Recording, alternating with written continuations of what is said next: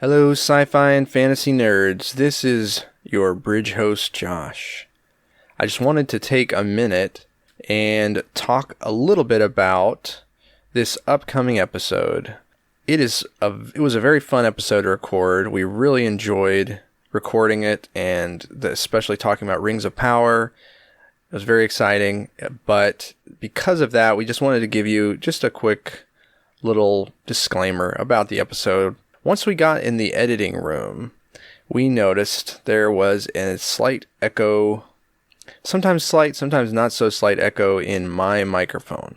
I have no idea where this came from, why it's there, except to torment me mentally, but long story short, there's a slight echo sometimes when I'm talking. It's not so bad. Once we get talking about Rings of Power, it definitely is a lot less noticeable once we're talking about the main subject. So with that in mind, we want to let you know that if you go about the 22 minute and 23 second mark, and once you get to that mark, then there's still a little bit, but as it goes on, it's not very bad. It's not very noticeable. So anyway, I hope you enjoy the episode. Thank you for listening, and stay bridgy.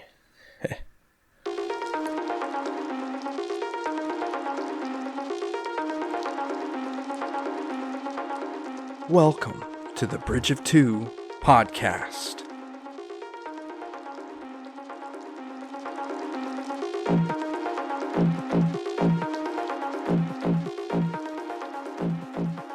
Who should go first? For what? How we started? Yeah. Oh, we didn't say welcome. Welcome. Thank you, Jeremiah, for welcoming us all. What are we welcoming to? Okay, continue. What? What are we welcoming them to? The Bridge of Two podcast. Okay, we got there. Took a bit. And people are just listening to what am I listening to? What is this again? So he's talking about work. What am I listening to? This was fantasy sci-fi where they talk about working out. Oh, yeah. How's it going, Josh? How's the week been? It's been fine.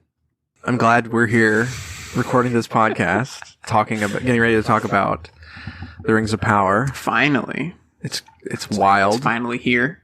It's wild that it's here. Oh, spoilers, dude. That it's here? No, that's wild.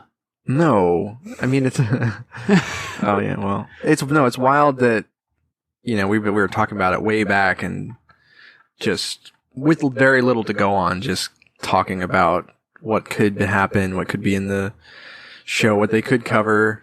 I had to go back and listen to that episode, see what we said. I bet you... By we, I mean you. Because I bet you we do talk about a good bit that's happening in the show. Although, I don't know if at the time I knew what they were going to do. They condensed some stuff in the timeline to make more things happen closer together. But I think I may have known that when we recorded that one. Anyway. Besides watching those episodes, there's been 3 so far. And really enjoying them for the most part. I finished the Alloy of Law. finally. The book that you... last episode, you had already finished it. Great book. Thoughts? Are my thoughts. I am very excited to read more. It was the first Brandon Sanderson book I think I've read that didn't have a big... I don't think it had really a big cliffhanger about something really big coming.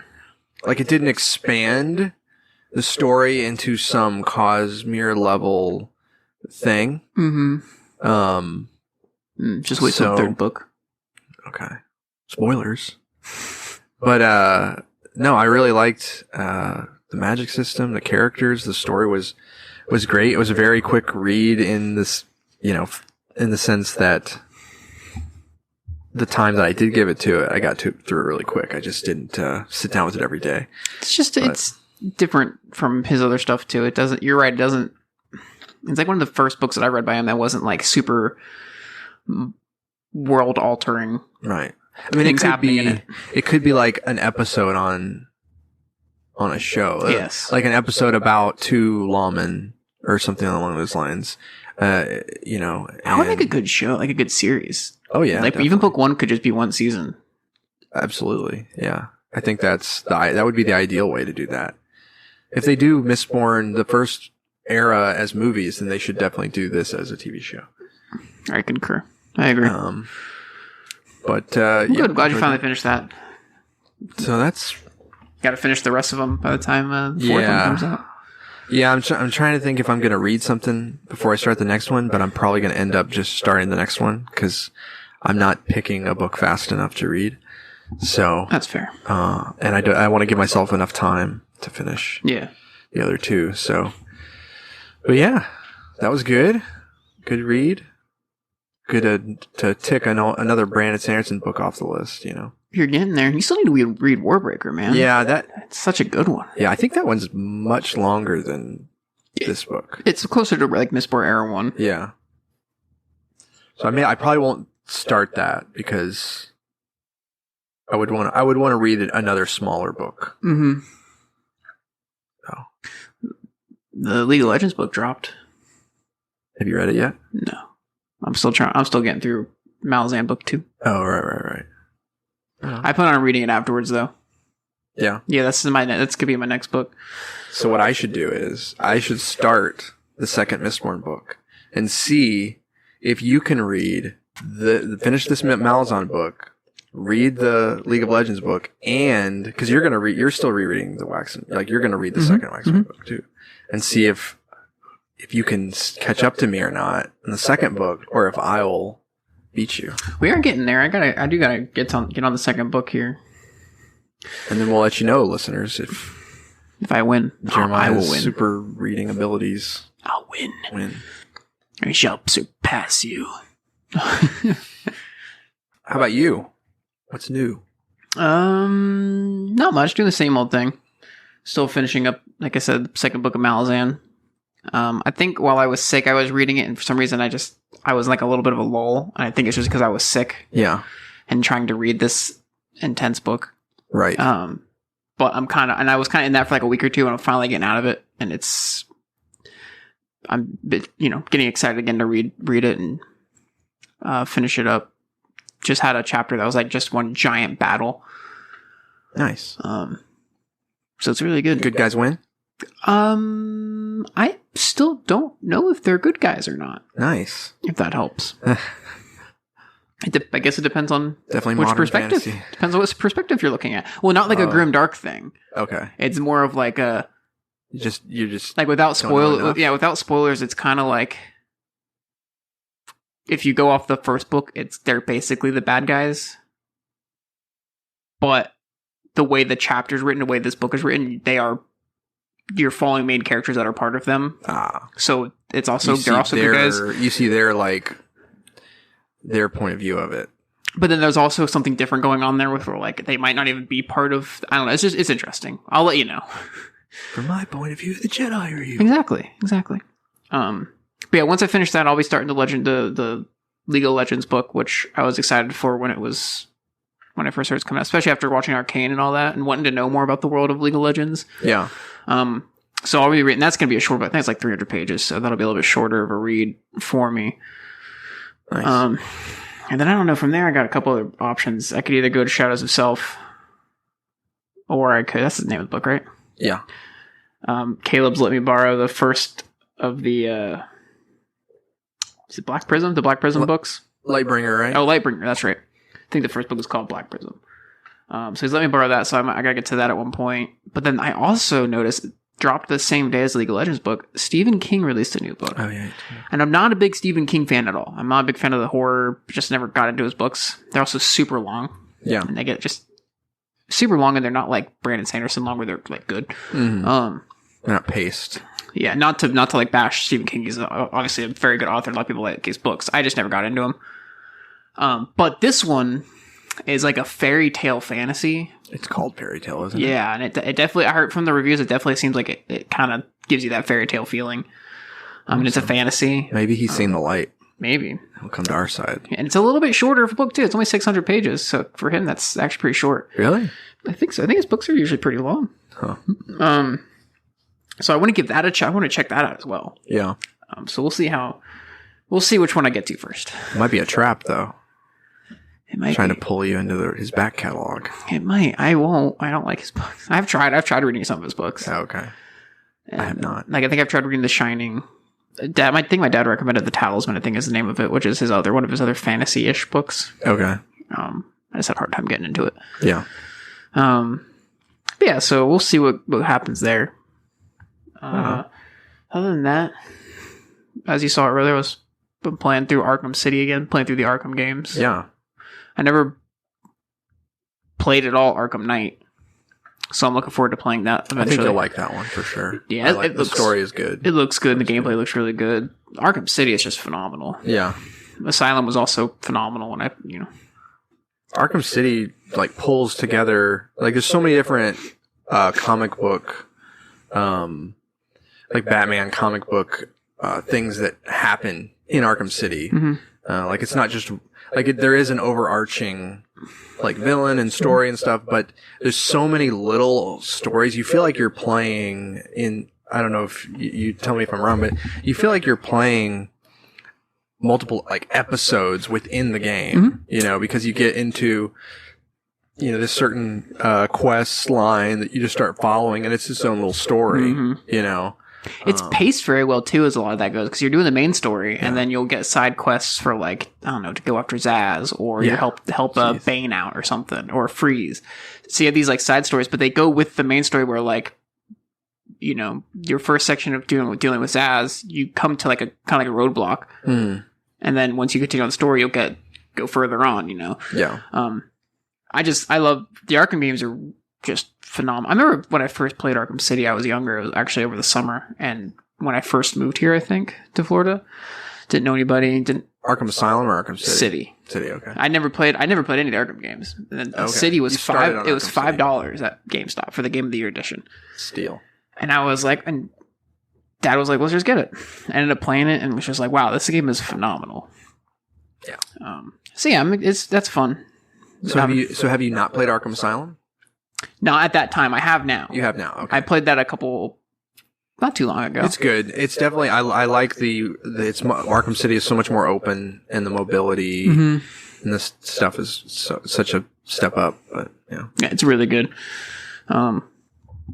And obviously I'm in like a little comic book phase right now, so yeah, like DC stuff. So, reading a little bit more of the Court of Owls. Yeah. Yes. Really good. Wow. I was reading last night before I went to bed. And I was like, wow, this is some creepy stuff. It's creepy, but it's really good. Storytelling is really good. The artwork is in it really good. Yeah, I would love to see that done. If it's done well, but I'd love to see that done in on a movie or something. That's what Gotham Knight is kind of gearing towards. Is the Court of Owls are going to be them, not specifically the comic book, because obviously Batman's not in Gotham Knights, but the Court of Owls are supposed to be the main bad guys. I'm for it. So that's awesome. Yeah, so I'm hyped for it. That's that game. I'm going to be hyped for that game. I can tell. Yeah, me too. I'll let you. Yeah, I definitely want to get it and play it. But yeah, so I'm reading that. I'll probably end up reading. I think I want to read Batman Hush next. Yeah, I heard that one's really good. Yeah, because I think that Arkham City has that storyline in it. I think it might have hints to it. I don't remember for certain. But there's a Hush movie. Maybe a different one does. I can't remember. There's a Batman Hush animated movie too that I plan on watching. I think I've heard of that. But yeah, other than that, no, same old. Just trying to continue to draw more. I'm struggling with it right now, but trying to find the time really. Yeah, because I'm working 13-hour days now on my regular shift, and I'm picking up a lot of overtime. So, and it's been busy. Busy. But otherwise, yeah, that's about it for me. I don't know. Awesome. Just and obviously Lord of the Rings, Rings of Power, which we'll get to. Maybe would we be remiss if we didn't mention Brandon Sanderson has done it again? I mean, not exactly the same as the Secret novels, but he dropped another Kickstarter. Yes, he did. Apparently, I was reading. Apparently, this has been in the works longer than the Secret novels. Really? The Secret novels, when he revealed it to his team, then they had already been working on this one, so they just pushed this one a little bit more. But yeah, the minifigures. So yeah, there's Brandon Sanderson's coming out with minifigures for Stormlight characters, which of course it's only a matter of time before he does it with more of the Cosmere characters. But it's really, really cool. I'm not much of a minifigure guy, and I never bought any or owned any. Although I have debated getting one for like if I had a D&D character, which I don't. Yeah. Well, I sort of do, but I would maybe get one of that. But that being said, I feel like I have to get at least some. Yeah. You know, I want the giant statue, the one with the clashing storms. Or whatever. Yeah, Jeff and Kaladin. Yeah. That one just it was so expensive. It's what's cool about it too is what they're doing. They're actually saying this is forcing them to do their own concept art and say this is how we like canonically see, which I appreciate. Characters as an artist, I appreciate that. I like knowing what the writer or the person has in mind. Right. You know, because there are lots of different interpretations in fan art. Things, some people go darker, lighter, more Japanese looking, less Japanese looking, more Middle Eastern. So it's definitely interesting to see what they're coming up with and see that kind of make its way into the miniatures. So it's kind of cool. Actually, I thought when I saw Zeth, I was actually surprised. His face just looks more. He looks more tougher than I almost imagined him. Like, I know he's tough and he's a good fighter, but he was very more almost elvish. Yeah. That kind of aspect. And he's just kind of like socially, he's withdrawn and kind of unsure of himself and things like that. So I didn't imagine such a strong face on him, but it's definitely interesting. So keep an eye out for those. Kickstarter is going to be running for, I guess, 30, next month or something. 30 days, I saw. Yeah. So sweet. Anyway, but we'll take a short break and come back with some drinks, and then we will talk Rings of Power, episode 1 through 3. All right. Buckle up. We are back. Welcome back, everybody. We are back with our good friends Havoc Mead. Oh, I love these guys. It's been too long. Sponsor us. They came out with a mead couple months ago. I think it was still maybe, I don't know if it was summer yet. And it is called Smoke on the Mountain. It's got a dragon, picture of a dragon near a mountain. I'm getting strong smog vibes, like the Hobbit vibes from it. Smoky Mountain too, or Misty Mountain. Sorry. Oh yeah. No, that's good. Misty Mountain. Yeah. Misty Mountain, Smoky Mountain. Far over the Smoky Mountains cold. You went way too fast compared to the movie, man. It's true. I also was way off key. You are. But no one can hit their key. They're dwarves. Yeah, we don't have the dwarvish vocal range. But it is an interesting set of flavors. Jeremiah, do you want to read us I'm going to read their summary of it first. Summary. Okay, hit it. So Smoke on the Mountain is a mellow cup of tea enhanced by smoky pepper, bright hibiscus, and juicy lemon. Brewed with maple-infused Merquin chili and hibiscus from our friends at Runamock Maple. Then rounded out with Kylon black tea and lemon. This unique combination makes an exquisite drinking experience for any palate. This mead is the inaugural release from our tea series inspired by our house tea enthusiasts. Oh, snappities. The Havoc tea series. Love it. Yeah. So it's kind of like harkens back to the Buckland mead, because that's green tea inspired. This is black tea, Ceylon black tea, I guess. But it's got like maple. It's got like Merquin chili and hibiscus tea mead. This like the flavors that are in here. It could either be amazing or it's going to be just like. I don't think it'd be awful though. They don't make anything that's awful. No, I have very high hope, very high. And it's usually like their flavors are usually a little more mild than what you think they're going to be. I'm excited for this. This sounds like it's going to be really good. Let's try it. I'm going to pour it, actually. It smells good. It looks dark. Show you what it looks like. Oh. A nice, like what, pinkish color? Orange, like it's like a bright red. More like a blood orange. Or blood orange, yeah. A little bit of blood in the orange. All right, let's try it. Okay. Huh. It's got an interesting aftertaste. Yeah, it is very interesting though. The whole like range of flavors that come in. I mean, it's good. I like it. It is very good. It's not my favorite, but it is good. Smoked chili, coriander seeds, cumin, salt. Oh, potassium. Metabisulfite. Sulfite. Got that potassium in there, Josh. Yeah, I feel like I get the chili, like this little bit of spice in the back of your throat. Like, it's not just the carbonation, it's a little bit of the chili. It's really good. It's definitely not my favorite, but this is very tasty. Definitely tastes a little bit of the tea as well. Yeah. In it. Definitely got that tea-ish flavor. It's not as sweet as a lot of their other ones. And maybe that's why it's not one of your favorites.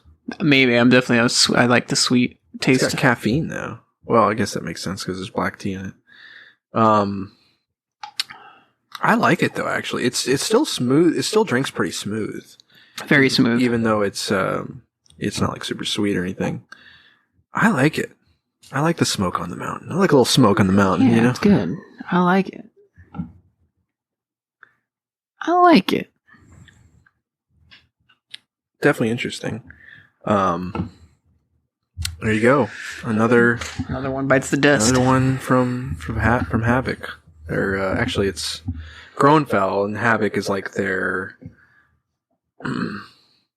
They do like different themed drinks. So Groenfell is the one that actually does. It's the same people, but yeah. They just like brand them differently. Independent, woman owned. There you go. They're still women. They make themselves a good mead. All right. So let that be a. What? Did you say they're still women? You finally heard that. I heard it and it like didn't register in my brain. And I was just like, in my mind, I was like, yeah, they are. All right. I'm just happy. Yeah, that's maybe a good segue into a Tolkien adaptation because it's got women in Hobbit. Oh yeah, that. oh, you're no, because the Hobbit drink, it's like smog. Yeah. So Rings of Power happened. It dropped. It drippity dropped to a week ago. A little over a week ago at this point. Yeah, and I had you over and a few other people and a little watch party. We ate seed cakes and lembas. You guys just went all out with making the. It was a lot of fun. It was a lot. I'm really glad, and I think that will be something I'll remember for a while. We'll definitely do something like that again next big show that comes out. Yeah, absolutely. I think that was a lot of fun. Themed stuff. Yeah, but let's just get out of the way. What'd you think? Mind you, we've watched the first 3 episodes at this point. Yeah, we watched the first 3. It initially dropped 2. So yeah, I'm going to give you my initial thoughts after, and then I'll give you my current thoughts, but initial thoughts after the episode 1 and 2. Mm-hmm. Just very briefly, I'm not going to get into any details on characters and stuff, but I was pretty much hooked right away. Mm-hmm. I think I've heard some criticisms, and I could maybe agree with them of the prologue being a little long. But honestly, I was there for it the whole way. I was not put off by it. And I know enough of the lore that I was tracking with it. And obviously there was some differences because, and I don't think people that are writing the show off as being like fan fiction or like not true to Tolkien, if there are any gripes with the lore, most of it is related to the fact that they don't have the rights to cover stuff from the Silmarillion, which would be the First Age. In fact, they are not really supposed to touch the First Age with any detail. Really? That is something the Tolkien estate put on them. I didn't know that. Yeah. Because I think it's just because the rights are divided up. Like there are rights to the Silmarillion, and there are rights to so someone might buy the rights to adapt the Silmarillion. So that would be cool. With that in mind, though, the prologue did cover a lot of really cool lore things, like the two trees being the source of light in Valinor in the west, and how they were put out by Morgoth, and the wars that the elves fought against Morgoth, and that they left Valinor to Middle Earth, and there's millennia of war with him that ended in his defeat. So anyway, there's a lot of really good nods to things that they didn't necessarily do the same way. And then some of it too, I think, was because they're doing a prologue. Mm-hmm. So they're kind of glossing over things a little bit because they're really trying to hit on the things that are most relevant to the main story, and especially Galadriel's story. Because she's kind of carrying like the elves, for the most part, storyline of where they're at. In fact, the prologue seamlessly goes into her point of view. Yeah. Pretty much. But so after episode 1 and 2, I thought that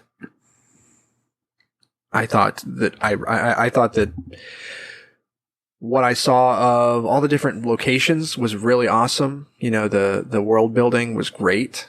A lot of I really liked all the actors that are playing the characters. And, I just really enjoyed the first 2 episodes. I was really, really hooked, really drawn in right away. What about you? Pretty much same. And so I'm coming from the background of I know a teensy bit about, Lord of the Rings lore, and obviously I've learned quite a bit from you since we've talked about it on here and just, in general. But so I'm not as super well versed in it. So a lot of the lore stuff, people complains about lore not being right. I don't have, because I don't know it right as well.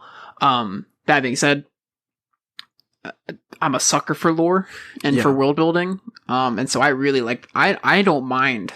And this is the same with movie stuff that I don't mind long prologues, or I don't mind time being taken to build stuff up. Yeah. It's never bothered me just because I'm a sucker for it. Same with books. I don't mind there being a little bit more of a time being taken to build things up or to add lore, because instead of just going right into action, because I like that stuff. Yeah. There's a big thing with Dune. I know a lot of people, or my wife didn't like Dune very much because there was just seemed very slow. Yeah. Because they're building a lot. The whole first movie is pretty much building the world. Yeah. So I loved it. I sat there the entire time gripped. And so that's how I felt about this one. I loved the initial introduction of explaining the whole first, the trees and everything like that. I thought it was great. I love the world. I obviously have a few different gripes with different things, which I'm sure we'll get into. Not a lot. But yeah, I was hooked pretty much immediately as well. It's nice to have at least as of right now, a really good fantasy show. I was very worried about how Amazon was going to handle it after they kind of butchered the Wheel of Time. Yeah. In my opinion. But so far this feels so different from the Wheel of Time. So different. And I mean, I think a lot of, I don't know exactly how to explain it. I mean, obviously it's different. They're different creative people that are working on it, but it's just interesting. It's definitely different. The music is really good in this show. The production value is really good in this show. Yeah. I mean, everything about it, at least these first couple episodes, have just been... Almost every shot is just gorgeous. The cinematography is really good. And that's another thing with the prologue. Even if you thought it was long, it was beautiful. Mm-hmm. I mean, the shots that you saw in there, probably one of the coolest, it was just a few seconds. But probably one of the coolest, large scale battle shots I've ever seen, fantasy wise. I mean, you have all these elves fighting all these orcs, and then you have an eagle getting taken out of the sky, crashing into all these, soldiers on the ground by, I don't know if it was a dragon or a fell beast or what it was, but it was dragon-like thing is the eagles are losing here in that scene. Oh yeah. And, the elves are losing, and, very very beautiful scene, and that very kind of that scene, like a lot of the other stuff in the prologue, almost was like a summary kind of scene of a lot of things that happen. That's basically how it went for the elves in the first stage against Morgoth. Was basically like almost every battle was a slaughter. Not every battle was like a slaughter. You know, like there were times where they were betrayed, times where they were unexpectedly like Balrogs just burst out of you know, they didn't even know what Balrogs were yet, and all of a sudden Morgoth's like let all the Balrogs out. And, yeah, which that would have been cool to see some Balrogs. That would have been cool. Maybe we'll still see one. Who knows? I think we will. Because I think there was one in the teaser. In like the teaser for the show, there was like a Balrog just out of context. That would be awesome. So I have a feeling. But seeing Balrog at this production value. I know. Definitely. Yes. 2022 Balrog. I'll take it. I will happily take it. But yeah, so you know, we're not haters. We're not here. This is not going to be a, you know, hour long of us just dismantling the show and talking about how horrible it is and woke it is. Because I don't think it is. And even the whole, you know, woke argument, it's just like, I don't see it yet. I mean, maybe it'll pop in, who knows, but I don't see it. I think that's people, personally, I think it's people just trying to grasp at things to be angry about. I definitely, I don't know. Yeah, I don't want to spend too much time on that, but there's definitely it is very bizarre reading comments and seeing all the little laugh reacts on, like on Facebook. If you go on any post that's about the show that's like positive, there'll be people like doing laugh reacts at it. And it bothers me so much because it's just trolling. They're so funny though. There's on Facebook, it was like a post about it, and a post about like someone not liking it, or maybe, I don't know, maybe someone's like, I don't know, either way, the comments, all the comments are just butchering the show. Lone comment, my dad, I liked it. That's it. I saw that he commented. I didn't read the rest of the comments, but it was just, I liked it. I was like, but it is so weird. It feels like I'm living in a different like reality. Whenever I'm seeing all these comments, I'm like, we watching the same show here? Like, yeah, I don't know. I just think there's a lot of there's a lens that people are watching it with that is already. But yes, so you'll this isn't going to be us bashing the show. We both liked it. We have gripes with it. I have certain gripes with it, more story wise, and more of just like, you know, whatever. It's not. We're not going to tell you that it's like the best it could. It's not like I don't know if Tolkien saw this. I don't know that he would love it, you know, because of the things they had to do for certain reasons for television and just the things that they decided to do. But yeah, so it's not, we're not saying it's a perfect show either. No, you know? No. It hasn't been a perfect show in a long time. It's true. What was the last perfect show? Avatar: The Last Airbender. Clone I don't Wars. know. Okay. And Clone Wars is up there. But the first couple, you can't say that was a perfect show because the first couple seasons were kind of slow. Yeah. Anyway, so, well, how should we enter? Arcane. There's your last perfect show. That actually is There's your last perfect show. Good argument there. Could be made. Some guys, I think, did a podcast on that recently. A couple guys. Yeah, just a couple. Just a couple guys. A couple bridgers. Where should we start this though? What do you think? I guess we can start with Galadriel, right? She's like she's the main character. Yeah, and obviously how we're gonna lay this out, we don't have the time to go through clip by clip everything that happened in the 3 episodes. So we're kind of just gonna try and hit on some points that we think we want to hit on, things that we liked, things that we had issues with. If you're listening and there's something we don't cover and you really want to hear our thoughts on it, we are on Instagram at bridge_of_2 and emails bridgeof2@gmail.com. So do you ever look at the email? I do. Okay. I do actually. We don't get email. I didn't think so. I'm gonna send it. But I'm still gonna send it out there. Yeah, send me an email. Send. Yeah, if you have anything you want to hear, let us know. And if we realize we missed something huge, and we can always mention it in another episode. Yeah. You know. But so Galadriel. So it starts off with that shot we saw, the Super Bowl teaser, with her. She's climbing that mountain, and she's like in the far north. She's hunting Sauron, basically, because Sauron killed her brother, which is book accurate. In fact, the way they worded that left a room. I like how they've done with some of this. They've left room in the way they'll word things that the whatever happened in the book maybe still be canon in their show. Mm-hmm. Like, she said that Fingon was her brother, that or not Fingon, was it Finrod? Fingon. I forget what was his name. One of those two. He. You forgot. I know. I'm the ashamed lore of master myself. himself. I think it's Fingon. But he went to hunt for Sauron, but Sauron found him first, which Sauron did get him, and you could see like claw marks on her brother, which is like an homage, I think, to there was like werewolves that, or I think they're werewolves, or there's just like giant wolves that killed him. So that was a cool nod to that, but so that's kind of where her character is at. She had this, you get to see in the prologue, she had this important, really good relationship with him about, how to basically know whenever you think you're seeing the right way to go in two different paths, how do you know which one is actually good and which one's actually evil? Gave her some important advice, and he died. So she is out hunting for Sauron, despite the fact that everyone else believes Sauron has been handled. Yeah, he's gone. Yeah. It's what they all believe, but she's out with this band of people. Yeah. I like this setup situation, because I know a lot of people have kind of brought up, and I see what they're coming from.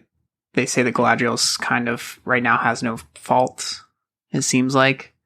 Or not that she has no fault, so that it's going to end up where she has like no character development as far as like being able to grow or whatever. But if she's if she is this perfect athlete, she's wise and she's right about everything, then there's going to be no growth. Right. That being said, though, I hope this is what they're doing to set it up, is you see in this first little section, she may be right that Sauron is still around, is still doing the thing. But that being said, she treats her underlings like crap. Yeah. And she doesn't really care for their lives. She's so hell-bent on getting him. Yeah. And she's very arrogant about it. Yeah. And I see those all as character flaws. I do too. And so I can, and I hope that they did that on purpose so that they can set up that she'll hopefully grow past some of those character flaws. And I get, the elves in Lord of the Rings have always been snobbish and arrogant. Mm-hmm. It's just always how they've been. Well, and except for Legolas. Her race, they don't really get.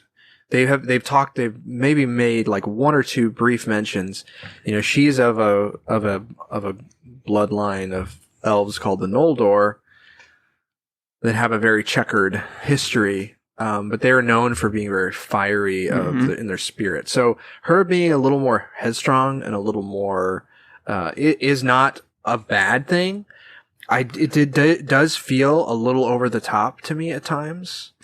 And yes. It does make it feel like that's all her character is in those first two episodes, is just, it doesn't matter what her friend says, her king, her men, it's just my pain. Yeah, and I don't mind. I like that because once again, I see it as a character flaw.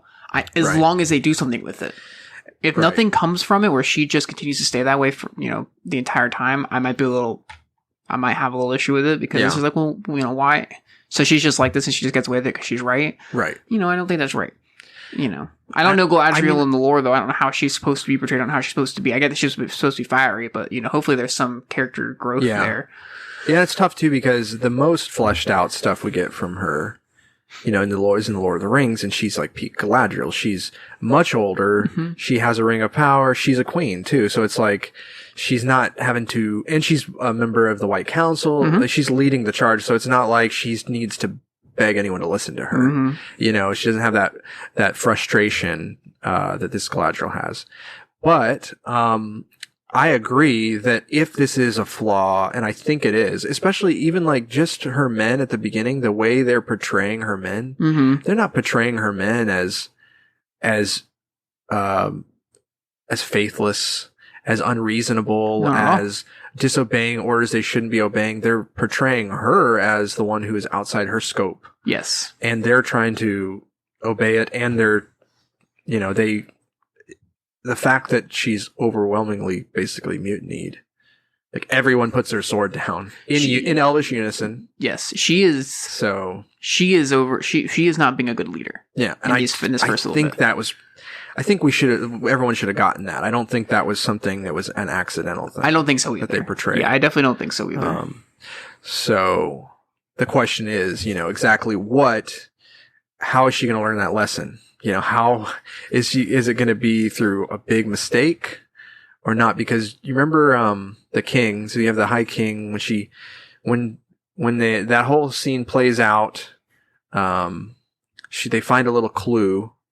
She finds like a symbol that was left by Sauron that she thinks it's like a trail for orcs to follow. And, but then they mutiny her. So she ends up going back to, which they don't like violently mutiny her. They just basically say, we're not obeying these orders to go further. We're going back anymore. We're going back. So she comes back too and sees the king, and we can talk, more about that. But later on, after she is going to be sent, like as a reward, but kind of as a retirement, like we need to retire her because she's kind of causing problems, maybe. She's not or she following might. orders, or she's not, Yeah. She's leading her men to disaster. So she's going to get to go on a ship to into the west, to Valinor. And the king, Gil-galad, says she could have caused the very thing she was trying to stop. Like, they said we foresaw that she could have done that. And that could be a little hint. That could be a little hint of what is going to happen with her character, that there may be something that happens, like something really bad might happen that's maybe wrapped up in who we see her as at the beginning. I don't know if she'll be that way right up until the point that she realizes her mistake, or if it's a thing where she might start to turn, her character might start to turn, but she's already somehow set off some chain of events, but, I think that's a hint of that there might be something like that which would make sense. If that's a flaw, we should see it cost something. Yes. I agree. Cost something and then growth from it. Yeah. Which I hope to see as the show goes on. And I think we will. I do think we will. I don't think it was just thrown in there. I think it was done intentionally. I think that whole scene was intentional. Yeah. What do you think overall of her character portrayal and all that? I don't know much about Galadriel other than what she's in the movies. Yeah. So I don't know if she's being portrayed faithfully to the lore. Yeah. I like her character. The actor is really, I think, is perfect actor for her. Yeah. I find her character a little annoying at times, especially in the third episode with the Numenorians. Yeah. She was annoying me, and I remember sitting there like, why? Because she's being a stuck-up little priss. Yeah. And those characters always annoy me in shows, but I also think that's just her character. And once again, I think it's something that she's going to end up growing from and growing out of to an extent. She's still going to be a little, she's Galadriel. Well, she does. I definitely want to talk about the Numenorians and how they've done that. Yes. Done with them. Yes. But I do think that was a little bit of maybe her character starting to turn a little bit, because her interaction with Elendil sort of seemed to soften her a little bit. Yes, I did notice that. And the way he just kind of treated her almost like a father, which is interesting because she's an elf and she's a lot older than him. Mm-hmm. But he anyway, looks older, and that's what's important. But he just seemed to kind of disarm her a little bit, and so that maybe we might be seeing her character soften a little bit. We'll see. I do get to her reaction too. I think she felt threatened a little bit from the Numenorians. She's in a place. I mean, this is where this is a completely book accurate thing. Just to say that there is at this point in Numenor's history, in episode 3, which will come back to some of the other stuff. But in episode 3, we see Numenor, and at this point in Numenor's history, this island kingdom off the west coast of Middle Earth, they at one time were very friendly to elves. Elves came and gave them all sorts of knowledge of lore and things, and that's part of the reason it's such a beautiful country. That's where that white tree actually comes from. It comes from an elven island that's near the Undying Lands. They brought like a sapling and gave it to him as a gift. So that's a symbol of like friendship between them and the elves. And but in this most current history, the kings of men over the last few generations have of the men of Numenor have become very spiteful and angry and not liking the elves and not wanting to use elvish language or elvish names. Just leave it to humans. Because it's it's pure. It is like a racist thing. Yeah. And so the show does portray it that way, calling her an elf and treating people that are, been nice to her as if they're doing something wrong. And that is completely a book accurate thing. So yeah. So like you said, she's in a place, she's in hostile territory. Yeah. So she is a little bit. So I she's give it proud. I give it a little bit, give that bit a little bit of grace. I just remember thinking like, oh, this is just, why is she's just making it harder for herself, Yeah, but I like, I want to talk about Elrond. Let's do it. We didn't get to see him in episode 3. No. Frown. But Frown. I really like this actor's portrayal of Elrond. I know he doesn't look like Hugo Weaving at all. Yes. So that, like, I know Throws that can throw you off a little bit, and his hair's short and all that. But he's got this interesting complexity to him, where he is a politician, he's a leader, and yet he is like, I feel like there's a genuineness to him, but there's also a sense of this tension between like what he's supposed to be doing as a politician and when he's with friends, balancing that. And he actually says it at one point in the episode, like, it's hard to know, how do you, or I forget what he says exactly. He's talking to Gil-galad about how it's difficult when they're your friends to do what you're supposed to do as a politician. Yeah. And because he talks to Galadriel, when she comes back, she wants to see the High King, and he's, trying to talk to her about her exploits and, no, tell me about your journey and stuff, to try to like stall her or whatever. And she sees right through it. But at the same time, he calls her out in a very, I think, another kind of nod to the fact that there's a flaw with her. He calls her out and says that, it's not the people that didn't obey your orders. It's not them, that they were obeying their king. You were the one disobeying. You were the one that, put them in jeopardy and all these things. So I liked his character. I liked that he stood his ground with her when because she pushes back on everyone so hard. She really is. And she's just so right about everything. And he just doesn't let up on her and really says, if you put up your sword, you'll still be what you've always been, my friend. Yes. And has a little emotion in his voice. And I like this too, because it kind of like the way they're treating his and Galadriel's relationship, it's kind of pointing you forward to their relationship in Lord of the Rings. Because they are very much a very important,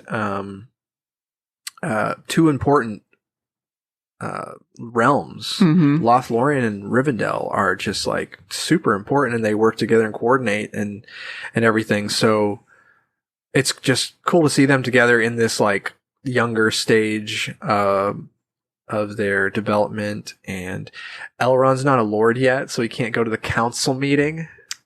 He's going to have the council he's going to have the most important council in all of like the history of Middle Earth. And you can't even go to this one. Later on, but at this point, he's not like a high ranking elf. Oh, that's funny. So that's like kind of a funny little nod that they did. So I just like Elrond a lot. And then you see, what do you think? Well, I also liked Elrond. I was a little hard to get used to the different, look of him. Yeah. Because obviously I've watching Lord of the Rings, the movies and everything like that. But his portrayal of the character I really liked. I liked Elrond as a character. What I like a lot about him is he seemed kind of like you were hitting at with Galadriel. He seems like a very faithful friend. He is a politician. He's working his way up and trying to do what he can. But he is a faithful friend, and he is doing what he thinks is right for Galadriel. Yeah. Saying like and being firm with her on things. And you also see his faithfulness as a friend later on in the next episode, I think. Yeah. When he meets up with Durin. Is it Durin? Yeah. When he meets up with Durin and you learn about this, and that's also I liked what they did with that, with the whole, we'll talk about it. So yeah, I liked his portrayal, like the way they go about it. I'm obviously gonna get used to him be looking a little different. Yeah. It just was at first a little shocked because I'm just so used to that Elrond, Yeah. And so that's to be expected when a different actor is being playing. Right. It takes you kind of have to you got to watch them in the role for a little while, and then it kind of settles in your mind. And I can't wait to see him in the next. I'm assuming he'll be in the next episode. The first 2 episodes they jump around a lot because they introduce basically every single place you're gonna see. Yes, which was a little bit jarring at times, and you didn't really necessarily get to stick with too many characters for very long. And then in episode 3, they cut down a little bit of that. So you have really jump between 2. 3. They jump between 3, but they didn't go to Elrond anymore. I guess that's the main one. They didn't go to like Elrond or the dwarves or. We didn't see the humans, the woman and her son. Oh yes. So really, it was those 2. It was like Elrond's storyline and the son and the woman. While we're just on Elrond, I'm just gonna say. So Celebrimbor is one of the things about, seeing this show makes me so giddy is like the stuff they're covering is stuff I've read for years that I never thought I'd see in a show. And I never could have imagined I don't know if I want them to do it in a show because I don't know if they do it justice, but like Celebrimbor is this really important elf in the history of Middle Earth because as you see in like the first episode, I think it is, or maybe it's the second, he's working on this big important project. He's planning to build this forge that can burn hotter than the fire of a dragon and all these things. What could he possibly be wanting to forge I wonder. So he's going to be very important in the overall like arc of the show, of the story, of the title, The Rings of Power. He has the hammer just sitting there, just casually sitting in his office, the hammer that forged the Silmarils. Feanor's hammer. Just like, yeah, that's Feanor's hammer. The Silmarils are the thing that, Morgoth, he killed the trees, and then this elf Feanor was able to salvage enough of the light and forge them and to capture them in these orbs called Silmarils. And they were so beautiful that Morgoth came and stole them. After Morgoth had kind of apologized for killing the 2 trees. Oh, Morgoth. He had slightly apologized, and he'd been imprisoned for a while, and then they let him out because he was pretending to be sad. And then he was like, it's Silmaril time. And he went that's what got it's morphin time. That's what got Morgoth back on the road to Dark Lorddom was coveting the Silmarils. Huh. So that's a huge thing in the lore of the First Age. The Silmarils, it's all about the Silmarils. That's why it's called the Silmarillion. Yeah. So that was just a very casual, huge nod to some awesome lore. And, you also, Celebrimbor, you get him saying things like, true creation requires sacrifice. These very kind of ominous thoughts that, for this guy to have in his mind, knowing where it's going to lead, that he may be open to a little bit of deceit, in the pursuit. But at the same time, what he's trying to do is put beauty into the world to heal it, which I think is an interesting thing they're touching on too. It's kind of cool. So that's where their story leads into the dwarves. Well, real quick too. This is me not knowing the lore at all of Lord of the Rings. I didn't realize, and correct me if I'm wrong, but so Sauron assists Celebrimbor in making the rings. Yeah. So he comes to them, I'm assuming as an elf, and helps make the ring. Do you think we've seen Sauron? I don't know, and that's something we should definitely talk about. Because I feel like they're trying to. I feel like they're trying to give us hints, but I think that it's all misdirection. I do too. I will say that. I don't think we've seen Sauron yet, but there are some good theories out there that it could be some of the other characters. Because I was sitting there thinking when we first watched it, when is how is Sauron going to come up? When is he going to come up? Right. I didn't realize that he helped make the Rings of Power. Yeah. That didn't occur to me. I think until I was watching Samson's podcast and they brought it up. I didn't realize that.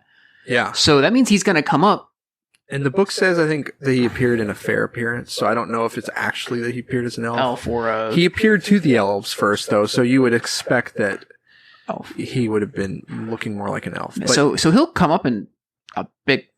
at some point, he's gonna... Yeah, at some point, if somebody starts whispering, You know giving them, like, drawings of rings... that's true. You know what red else flag. has made me super excited for this show that I, for some reason, just didn't occur to me? I think it's just because of how shows have been recently, but then it occurred to me, this isn't just a one-season show. Right. Like, Right, it's not just like a I'm sitting here like, how are they going to fit all this in one No. season? It's like, oh no, they could keep going. No, they the plan is for a 50-hour show. So like five seasons probably. Man, that just makes me so more excited to see what's going to happen. Because I didn't for some reason, I think it's because like Obi-Wan was a standalone. Right. It's supposed to be one season. You know, different shows recently have been one season. Loki, you know, so it's just that's just been on my mind. So when I finally realized, I was like, oh my gosh, yeah, like we could not even be touching the surface with this first season. Right. Yeah, they're setting up like plot beats that are going to pay off in the last that's season. Awesome. Like that makes me so excited for the rest of this show. And that's one thing that's really, I think, this show has a lot. That's a really strong thing for this show because they know that they have 5 seasons to develop things. And so they know exactly how to pace it out. And, so I just think, I think it's going to be great, really, but, we'll just keep watching. But yeah, so yeah, like you said, this leads us into the dwarves. Celebrimbor and Elrond are going to, Elrond basically says, because Celebrimbor is trying to build the tower, right, with the forge.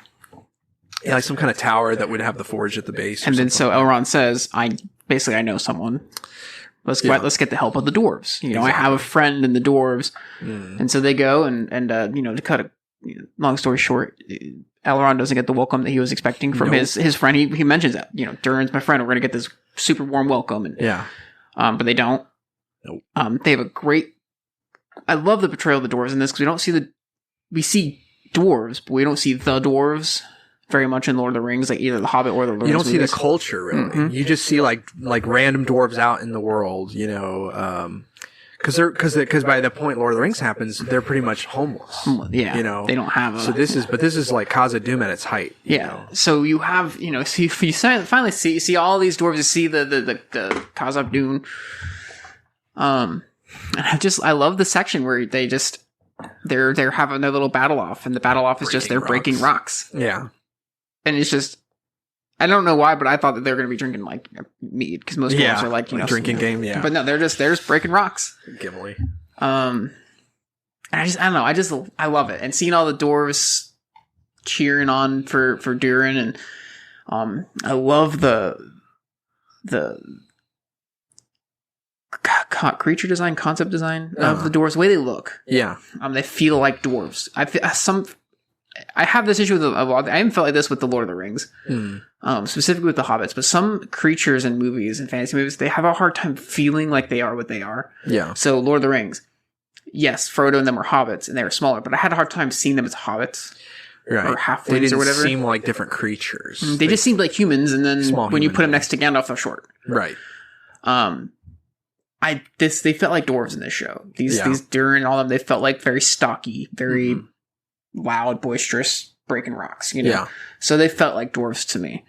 And it was just such a, the one thing too, that I like about the show is how distinct all these different, like you spend all this time with the elves and all their like smooth talking and they're so proper and everything. And then all of a sudden you just step into another world whenever you're with the dwarves. It's just completely different culture.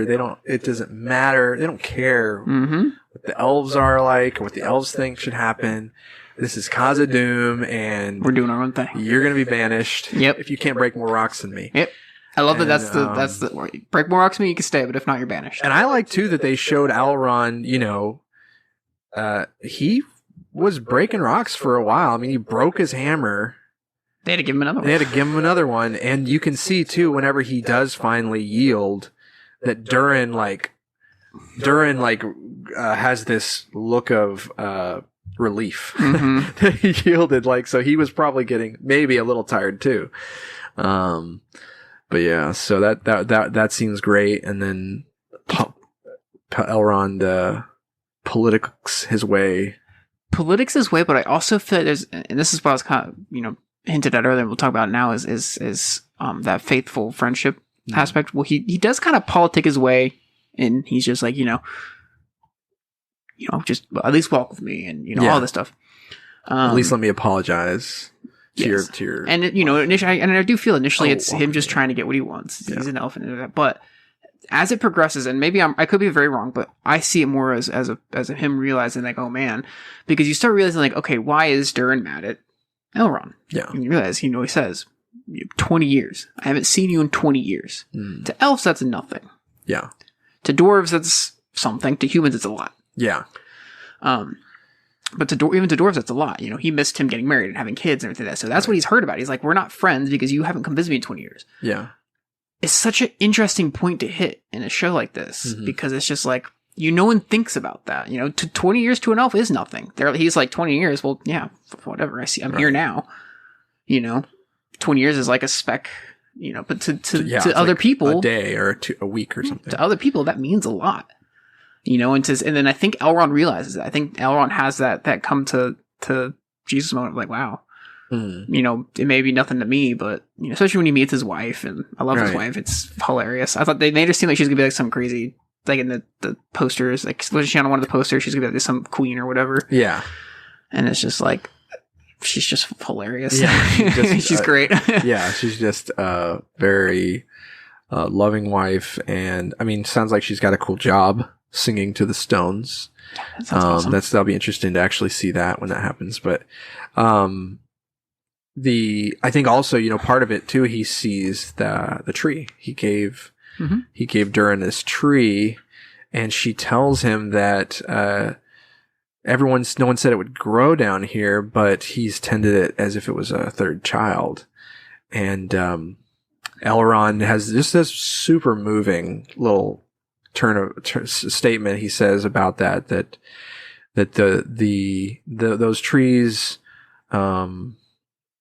grow where love is strong, and so how could it not grow in a home like yours? And just so you could see it just melt the Princess Disa whenever he says that, and it melted me too. Actually, oh, absolutely. I was like, Elrond, you're so sweet, But even though it does benefit his goals, this whole thing, how it all plays out, it benefits his goals.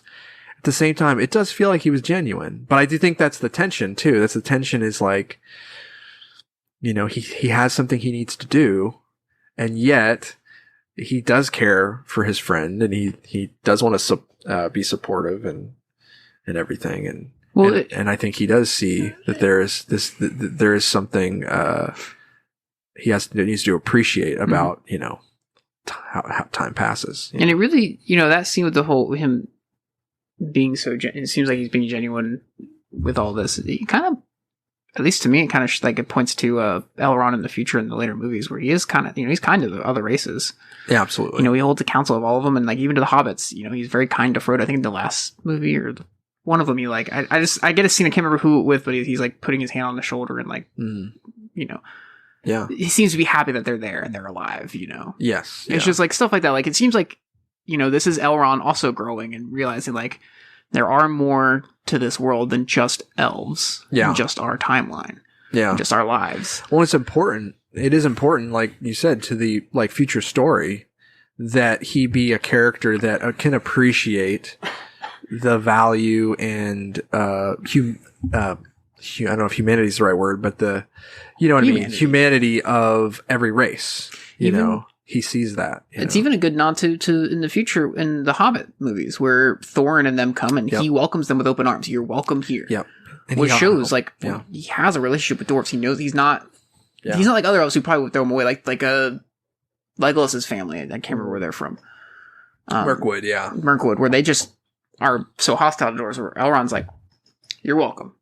Come on in." And I think this is really showing that he is very friendly with the other races and learning to appreciate them. I think they call in the Hobbit, they call Rivendell the name of it. like a nickname for it was the last homely house. Mm. And so there is this idea of Rivendell being known for its hospitality, you know. But yeah, so yeah, definitely a fan of the dwarves, and I hope we continue to see more of Durin. Yeah, me too. Love for Durin sure. as a character. There's a little teaser there at the end of that episode 2 with Durin that they've made, as if they've made some discovery, or they have something that his father, he's not the king yet. His father is like, do you think it's any coincidence that he just showed up just now? And which I do think it is, but yes, there's something they've just found. I think it's Mithril, probably. It wouldn't surprise me, because that's just what seems like the most important thing. That's like the thing that they're mining for when they find the Balrog. If they go too deep. Oh, that's another thing too. Disa, she talks about singing, how they sing to the stones and they get these vibrations back that kind of tell them where to dig and where to leave untouched. And I think that was a kind of a super big nod to the fact that there is a part of Khazad-dûm that they should leave untouched, and maybe for some reason they're going to ignore that. And in pursuit of... That's what happens. Gandalf said that Saruman in Lord of the Rings says that the dwarves delve too greedily and too deep. So there's a Balrog down there waiting for him. I love it. But yeah. So we really got two kind of points I want to hit, or two people I want to hit at least, you know, or really the last two main ones. Talk about, what's his name? Arondir? Arondir. Yes. So you got Arondir, and then there's like some humans there in the Southlands. So I'll say so far in the show, these 3 episodes, he is my favorite character. Oh yeah. I really like his character. I like seeing an elf who has fallen in love with a human. I like seeing someone who seems to be a little bit more not as arrogant as most elves come off in Lord of the Rings and in this world. But he's just a cool character.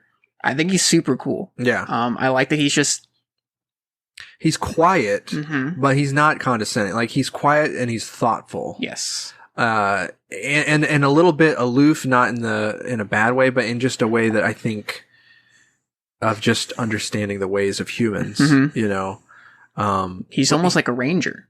Yeah. Kind of just, you know, roaming, protecting. I don't know if they mention it, but they are, I think the elves that are down there are the elves called Sylvan Elves, which are like the elves in Mirkwood, where they have more of a connection with the trees. And they are a little bit lower. They're like not high elves. Like they're low status elves. Lower status. And I mean, they're over here on the far side of Middle Earth, so they must be lower status. But he's more of like an everyman elf, you know. He's the little guy's elf, you know. But yeah, so far he's my favorite. I like him. I like where his story's kind of going, and I'm curious to know what's going to happen with him. Yeah, I like his relationship with the human. I don't know. It's always nice to see the inner fantasy races mixing. Yeah, well, and it gives an opportunity to. I mean, like, they actually reference, which could be foreshadowing, because they make a reference, his friend that like sees that it's like, how is the well? Did you draw water? You know, because he's picked up that he keeps going to see this healer woman and you know, talk to her, and he doesn't approve, and he basically warns him. He's like, "Did you know that the 2 other times this happened, the only 2 times that a man and elf were joined ended in tragedy," which is completely true to the lore. And then thankfully that doesn't happen with Aragorn and Arwen. They kind of redeem that trope. But Aragorn's Numenorian. I mean, I guess it always ends in tragedy for the one that's the immortal, because they give up their mortality. God, immortality sounds awful. Yeah. Apparently it is, because the elves that fall in love give it up. Except the only time love is stronger. And there was one time an elf and a man joined, and the man chose to be an elf. You can do that. It was very special circumstances. It was actually Elrond's dad. Oh, that's cool. Yeah, do you remember the Hobbits? There's a little Easter egg statement by Sadok, the old Hobbit that like looks at the stars. Mm-hmm. He says that he's never heard of someone falling from a star, but he's heard of someone being turned into a star. Is that That's Elrond's dad. Oh, that's cool. You'll have to tell me more about that later on. Yeah, absolutely. But so where is I going with that? I don't know, but either way, Arondir, his storyline's cool because he's definitely right now in the thick of it. You know, so he's protecting this town, or he's kind of like, being a Strider, protecting different towns. Yeah. Kind of seems to fall in love with this woman. She has a son. Really curious to see what they're going to do with the son. We didn't see them all this third episode, but he found what seems like a Morgul blade or whatever they're called. Yeah, some kind of blade. It's got a mark of Sauron on it, and like his blood touches it, and it looks kind of like it's just the hilt of a blade, but whenever his blood touches it, it starts rebuilding itself. And so maybe this is our first Ringwraith. Maybe that's something I'm definitely looking out for. Something along those lines. I don't know. We don't have much there yet, but I'm super curious to see where that goes. Yeah, but I guess so they're initially the elves and the ranger elves are initially going to be leaving. They're being recalled. They just got to go home. Yeah, they had to go home, and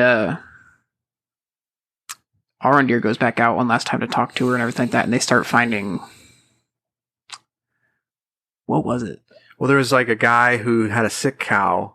Oh yes, and he said that where she had been eating was like over east, and they go and find this town that looks like it's been leveled. Yes. Like there's fire and everyone's gone. There's no one in the town, but then some of the buildings are like tipped over and things. I mean, it's like, what happened here? It's crazy. And mind you, this area that we're in Middle Earth is the Southlands, which Mordor. AKA pre-Mordor. But yeah, they end up finding this whole tunnel system. He basically tells the woman to go back home, and he's going to follow it. And he follows it. He does, and he gets chased. And that's a terrifying scene. Yeah. I'm very claustrophobic, and I don't like scenes like that. Looked like a lot of hands grabbing him in the dark there. Yes, and then he gets captured by orcs. Yeah. Come to find out, looks like the rest of his troop is captured as well. Yes, I was surprised to see that. Yes. Do you think that he said they were probably out looking for him? Do you think that they got captured because they were looking for him? Because very possible. That would be some heavy guilt. Yeah. Because, you know what? One thing I like about that scene, that whole story with them in episode 3, the way they portray the orcs, like they really emphasize how the orcs really can't deal with the sunlight. They're wearing like stuff over their heads. They're arguing over who's going to actually throw him out with the other prisoners? Like, who's going to chain him up and throw him out there? One of the orcs is like, I did it yesterday, They don't want to go out in the sun. The orcs look exquisite, by the way. Yes, they look... Creature design. Terrifying. On point.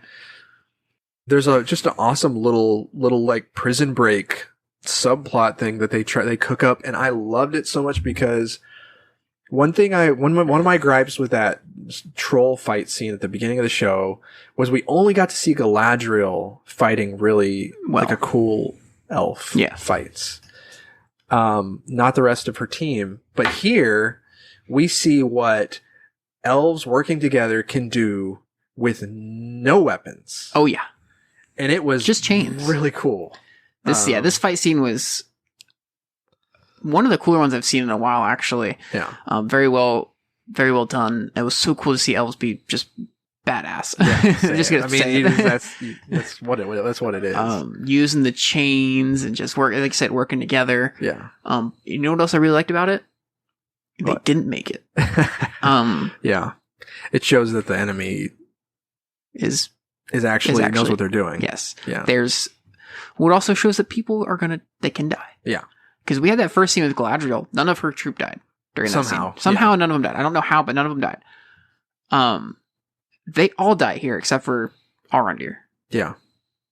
it was heartbreaking too, because absolutely. because you see like they've been there serving together for decades, and they were just about to go home. And I just love too, like one thing that they did, there was this tree in the way, and they're like, it's slowing us down, and they're like, cut it down, and that they're Sylvan elves, and Tolkien too loved trees. So this is a very like not hippie, not like bad liberal hippie thing, that they're doing here by showing them say that, no, this tree has been here. It's earned its right to be here. We'll dig around it. And like he was willing to, and I mean, he did lose a man over that decision. So, and then Arondir, actually, when he gets his peak, you see that there is no tree line. They have just completely... he was initially saying, go run for the tree line. When we get our first chance, go run for the tree line. Yeah. And there really wasn't one. No. So they didn't have a good shot. But that's kind of where we're left off with them right now. Yeah, he gets pulled back down. And everyone that he was with is dead. And well, that's one thing too, though, that's interesting about that. There's a character called Adar that apparently is controlling, or like, is the one who these orcs are serving. Oh, yes. And Adar is like the Elvish word for father. And so they're like, why are these orcs serving someone with an Elvish name? And you see this glimpse of him too, and it kind of looks like an elf. It does. I'm so curious as to who that is or what that's going to be. Right. And because the blurry vision that we got, I mean, he didn't look like an orc. Is it Sauron? I don't know if I think it is. I don't think it is, but I think it's a part of this first season. I think this first season, he may be like he may be the villain for season 1. Sauron may not be the villain. I was actually thinking that Sauron might not be introduced until the end. Yeah. Of season 1. In fact, it would make sense if there was like a smaller villain in Mordor trying to do something, and Sauron kind of like comes in at the end and fills the vacuum or whatever, says I'm the real I'm the real Sauron. You thought this was the real bad guy. You thought you were Morgoth's successor, but I am. So that was really interesting. And then did you have someone else you were going to talk about? So I realized while we were talking about this, there's really kind of two things we got to hit on, or we should hit on. We need to hit on the stranger, right? The stranger, and as well as the halflings, or whatever they're called. Halflings. Right, strangers, halflings, and the Numenorians. Right. I forgot about the Numenorians. Let's do stranger first. Save the best for last. Yes. Plus, there's not much to go over with the Numenorians. Right. There's really not much to go off with the stranger. There's really not. We know nothing about him. He's been in all 3 episodes. He is a stranger. All we know is he fell from the sky in a fireball. Yes. He doesn't know how to speak. Nope. And he can do magical stuff with his voice. Like, his voice seems very important. Make things go dim. And he some fireflies died. That's no bueno. When he was like using them to highlight like a constellation. Then they died after. He is not an elf. Nope. And the hobbits have said this too. There's like the hobbits, the troublemaker hobbits that keep Nori and the friend sheep's dragging along. Proudfellow, I don't remember her first name. Poppy, she calls her Poppy. I think maybe it's Poppy. Poppy Proudfellow. Do you notice Nori's last name? Brandy Foot, not Brandy Buck, but Brandy Foot. I thought Brandy Foot was another name in. I don't know, but there's Brandy Bucks. Is Mary? Mary's a Brandy Buck. Whoops, never mind. But it's similar. Cut that out. Don't make me look stupid. But they comment that he's not an elf, he's not a man, he's something else. So they're kind of hinting to us that I think it's one of the wizards. I do too. I thought it was Gandalf. I'm not sure. I'm still not sure if it's Gandalf though. I want it to be. Yeah. Not for like fan service or anything like that. Well, no, actually, strictly for fan service. I just want it to be Gandalf. Yeah. It'd be cool to see like a proto Gandalf. I also think it would be just cool because I think because he's with hobbits. Yeah. He's got such a friendship with hobbits in the Lord of the Rings movies. I don't know. Right. It just seems like it'd be interesting. Or it'd be fun. Some people have said it could be Saruman. I don't think it's Saruman because it wouldn't make sense for Saruman to have this now he's like has a relationship with hobbits, and Saruman was the one that like didn't give the halflings a second thought to Lord of the Rings. To be fair though, but he's also being shunned by half of them or all of them except for really That's true. That's true. So maybe it's like why he hates them. And it would be interesting. We don't know what his full story is going to be. It would also be interesting too to have this one be kind of like, I'm assuming he's going to be kind of good in this. And wasn't Saruman good in the Second Age? Yeah, that's one thing I've heard. Some people want it to be Saruman because they're like, it'd be cool to see Saruman when he's good. And then it's in stark contrast to the movies too, right? Or the Third Age where he's bad. Because you never see him when he's good in the movies. I still want it to be Gandalf. I hope it's not Radagast, like some people have said. I don't think it's Radagast, just because it wouldn't make sense for Radagast to come first, like be the first one. I agree. I think it's I'm saying either Gandalf or Saruman. I'm leaning more towards Gandalf. So there's 2 blue wizards too that we never see in Lord of the Rings, and there's theory that it might be one of the blue wizards. Are they important? Are they cool? Well, they weren't in the story. They weren't in the story. They went into the east and they never returned. Oh, good for them. And so I think like Saruman somehow convinced them to go to the east or something. And so some people think that maybe he killed them. Some people think that they just abandoned their duties. But I feel like that would just. I feel like they could, but I feel like that would just be. I don't feel like they would do that. I don't know, because no one knows. At least people know about Radagast. No one knows anything about the Blue, unless you know the lore. And I mean, they could just want to make.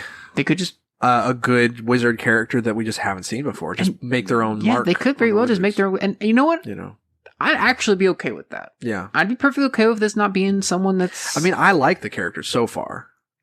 And it's not just because I think it's Gandalf. It's, I just think he's just kind of funny. He's interesting. Very interesting, yeah. He's trying to figure something out. I don't know what. But. I wouldn't mind at all if he was just someone new that they're, like you said, they're kind of making their own wizard. Or a blue and just making their mark on what a blue might be. Yeah. I'm just leaning more towards Gandalf. I know some people said it might be Sauron. I don't think it's Sauron.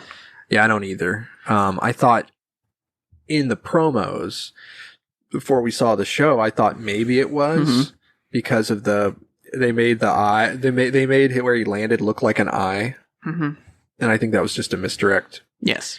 But there is another thing though too, someone said, and I don't know if they intentionally did this or if it was unintentional, but remember at the very beginning of the show, whenever Galadriel and them are in that old castle, and she says that the place is so evil that the flames of their torches don't give off any heat. And then, the heat of the fire of this person, wizard, whatever, doesn't burn Nori. She falls right in it, and it doesn't bother her at all.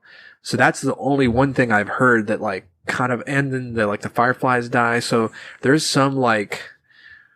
I think it's all misdirection though. I think you're right. I just don't think it's Sauron. I think it is too. I think you're right. Because I mean, like if it was a wizard, it could also be fire that doesn't harm you. Yes. For the same reason. Because they're the same type of creature. They are. Really. In reality. I do know that. Other than that, there's not too much to say about the Halfwoods. They're your pre-Hobbits. I mean, they're very different than hobbits. And I think that's probably the right way to go. Because we shouldn't be seeing hobbits like we see in Lord of the Rings at this point. Yeah. So it makes sense to show them as this nomadic. They're fun people. I think they're fun. I like their costume design. Yeah, I think they're just the way they look. And I'll just say that I was very skeptical of them when I saw the previews and the trailers and the pictures. I was like, this looks so weird. And I thought too, I was just going to be annoyed that they're doing little hobbits in the story. But so far, they're keeping them out of the main plot, which is where they shouldn't be in the main plot. And they're just a lot of fun. Yeah. And the acting is really good with all the characters and stuff. And so I'm enjoying them. Me too. We'll see what happens with them. We'll see. Yeah. Definitely be interesting. And the Stranger. I'm just super, super curious about the Stranger. We'll see what happens with them. But then this leads us to the Númenóreans. Oh, yeah. Real quick, can I just say how absolutely gorgeous the island of Númenor looks? Yes. Oh, absolutely. Yes. I mean, it panned out. Even Stephanie was like, what is this place? This looks, I've never seen anything like this in Lord of the Rings. She's like, this looks awesome. Yes. You know, and They nailed it. They absolutely nailed it. It looks gorgeous. Yeah, this is, I mean, when you see Minas Tirith in Lord of the Rings, and you see that city, and that is only, you know, that is like after so many years that their ability to make things and craft things has diminished so much. So it makes sense that you should find something that is just so much more extravagant and beautiful. And I mean, that's you know, they, even though they've compressed some things with the story, everything I heard them talk about with the timeline of Numenor in the show, like everything that they talked about made it sound like they didn't compress anything. That this has probably, you know, been 1,000 years or more of development on this island. So, you know, it makes sense that it's so built up and just awesome, you know. But in the music, I just love the theme. It's got this kind of Eastern, like a Middle Eastern, the Middle Eastern sound of like the kind of music you hear, like you'd be singing to a snake to get it to come out of the pouch. I don't know. It's really cool. It's just so, it gives you this feeling that you're in this different place, you know? And Elendil, you see him like just right away. He gets, Galadriel finds out where she is. They've been out in this boat with this character, Halbrand. Very mysterious character. Has some connection with the Southlands. But maybe he's Sauron. Maybe. There's some theories. He is pretty fair looking. We maybe can talk about. So, but they go up and talk to Elendil, I just immediately was like won over. I mean, just the few lines he had, the way he carried himself, the way he spoke, the way he looked, I was like, that's Elendil. That is Elendil. Elendil is just he ends up being the first king of Gondor. That's awesome. You know, he's the one that, that's not really spoilers, because if you've seen the prologue of... When does that happen? Because, like, how long do Numenorians live? I know they live longer than humans. They can't... So the first Numenorian, Elrond's brother... Whoa. Yeah. That was an awesome nod, too, they did in the show. I was hoping they would. He lived for like over 400 years after he became a Numenorian, like after he gave up his elvish lineage. So he was probably the oldest. Everyone else, it's like 150, 200 years. So Elendil is the first king of Gondor. So he goes to Middle Earth and makes Gondor. Have to see within this time. We'll have to see how that all occurs. But he's remember in the prologue of Lord of the Rings, right? Yes. Elendil and Isildur, they're fighting, and this is War of the Last Alliance of elves and men. And Isildur. Elendil gets cracked against the rock, and then Isildur gets his sword. So that's where the show is going to lead up to. Oh man, basically, that's crazy. So we're going to move. We'll probably end this show with going into the Third Age. Yeah. Or does that battle happen in the Second Age? That's the end of the Second Age. So that battle is the end of the Second Age. When they defeat Sauron, this show could very well lead up to that. Absolutely. Wow. I think it should. It probably will. I think it would be too big of a build up. That's crazy. To not show that. Wow, that's crazy. That should be the end of the show. That should be the last episode. So we might get to see a whole season of that war. Yeah. Wow. There's going to be a lot of ups and downs. That makes me super hype. Oh, I'm even more hyped for the show now. Yeah. That's awesome. I didn't realize that, because I have a really hard time with the timeline of Lord of the Rings. Yeah. I don't know the lore, but man, I didn't realize that. That's crazy. Well, that's what one thing that's really cool about this show is it's bridging that understanding. There you go. Shout out to us. Shout out. It's bridging the understanding of, like, before you read Lord of the Rings, you watch the movies, and you're like, oh yeah, he wrote all this history about the world, right? Well, now we're actually seeing how that history connects the story, to from the Second Age to the Third Age, and if they ever do Silmarillion, will be assuming this show it continues to be good and successful. Mm-hmm. It will become in the consciousness of people to the point that when they make a Silmarillion show, people will be like, oh, that's Galadriel's mom, or that's, there's Elrond and Elros's dad, Arendelle. This is exciting. Yeah. So, but yeah, needless to say, I thought Numenor was amazing. I thought Elendil was just perfect. The way they portray the relations between like elves and the men, and even the men and how they view other men, like lower men as they call them, which is a reference to, they know he's from the Southlands, that his ancestors were serving Morgoth. So that's where the low man comes from. It's not because the Numenorians served or were with the elves, and then the Southlands served, or those people served. It's not Morgoth. It's not like you're a low man because you're like less human, even though they may actually view it that way. But in reality, there is a difference because the lineage of those people, even if that one guy in episode 1 says that was 1,000 years ago or whatever, their heritage, the way they've been raised, they don't have the same heritage. The ways that their parents taught them are not the same ways that the parents of the Numenorians taught them, which is a lot closer to elvish, beliefs and things like that, serving the true creator. So, but they've moved away from that. Yes. They're falling away from that. And Elendil, so I'm really interested with Elendil's storyline, right? Because they've set him up as he's trying to kind of, like, he's from the west coast of his country where there are more still trying to be faithful to the elves. Yes. And trying to be faithful to their heritage. But he's moved his family to the capital, and he is trying to kind of leave that behind, it seems like, to protect them and trying to get them integrated into things and just stop worrying about that. But then there's these hints that he may not be able to get away from that as easily, right? Because his son is thinking about deferring from Isildur, if you think about deferring from like becoming a sea captain. And there's he talks about his older son, Anarion, that we don't get to see. Presumably, I think he's in the West. That he's basically said, that he may be thinking about either rebellion or something. Like he's basically not I'm just going to be quiet and just go along with the flow. No, this isn't right.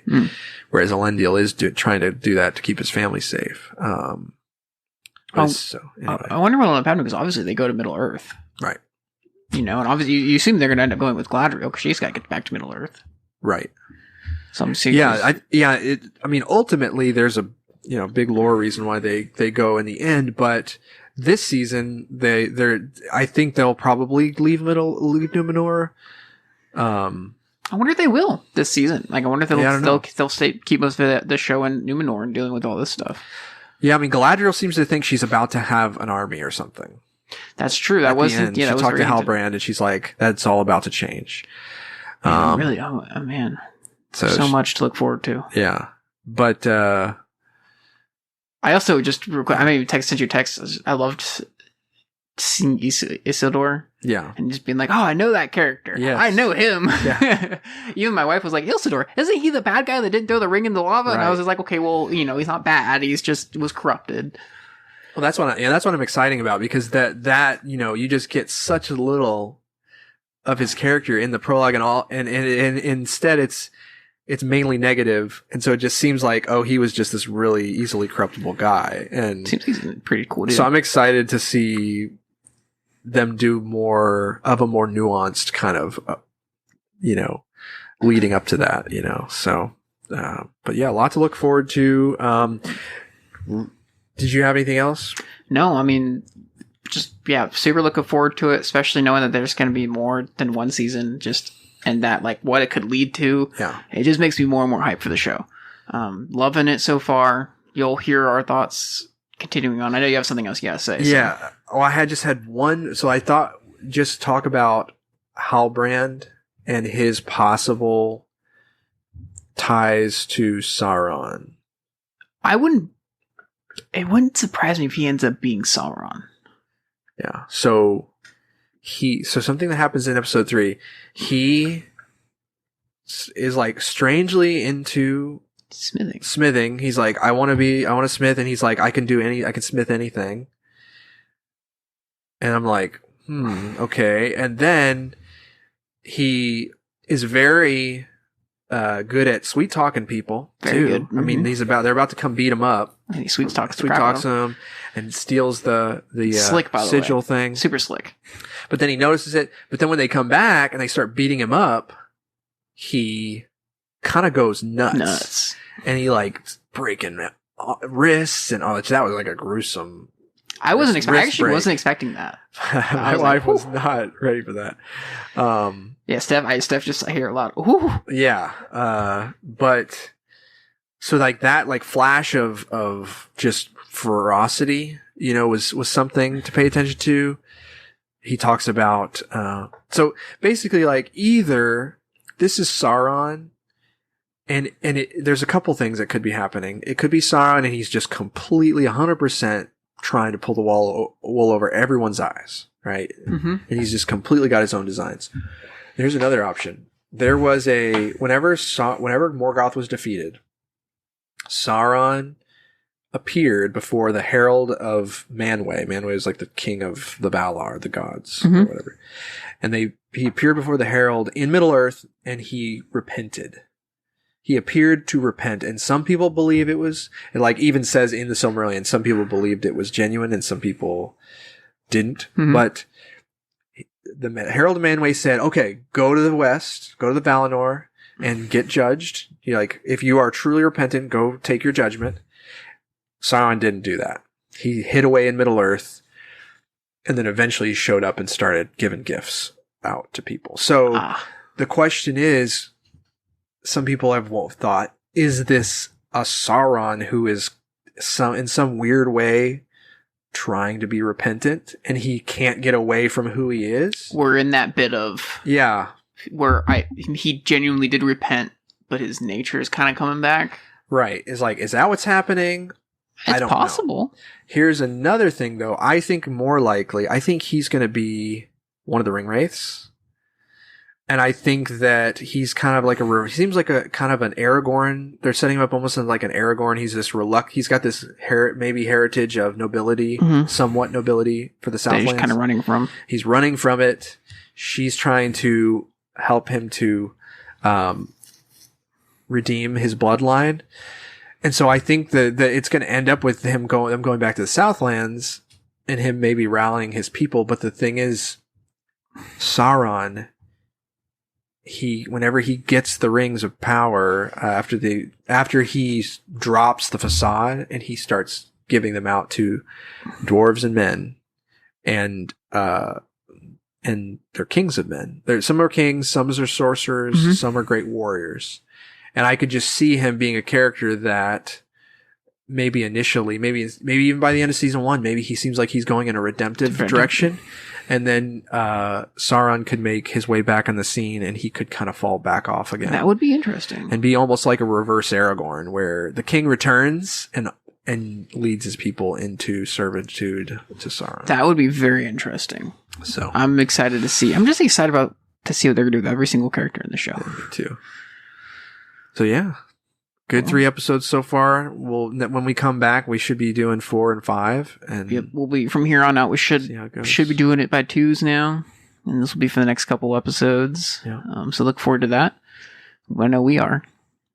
Give it a watch. Yeah, check it out. It is a good show. Not perfect, but definitely not.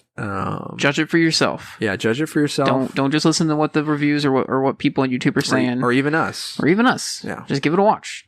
Who knows? Maybe you didn't have high hopes and you end up loving it, and who knows? Maybe you don't end up liking it, which is perfectly fine. I think that's fair. Just don't talk to me about it. No, if you don't like it, send us why. Yeah. If you have some thoughts, or if you think we're just completely wrong, let us know why. Let us know. Maybe we'll talk about it. We'll read it, and we'll in the most snarky voice. No, I'm just kidding. All right. Well, this has been the Bridge of Two podcast. A far, far away bridge. We're just so smooth on that these days. Deuces, friends. Come so far.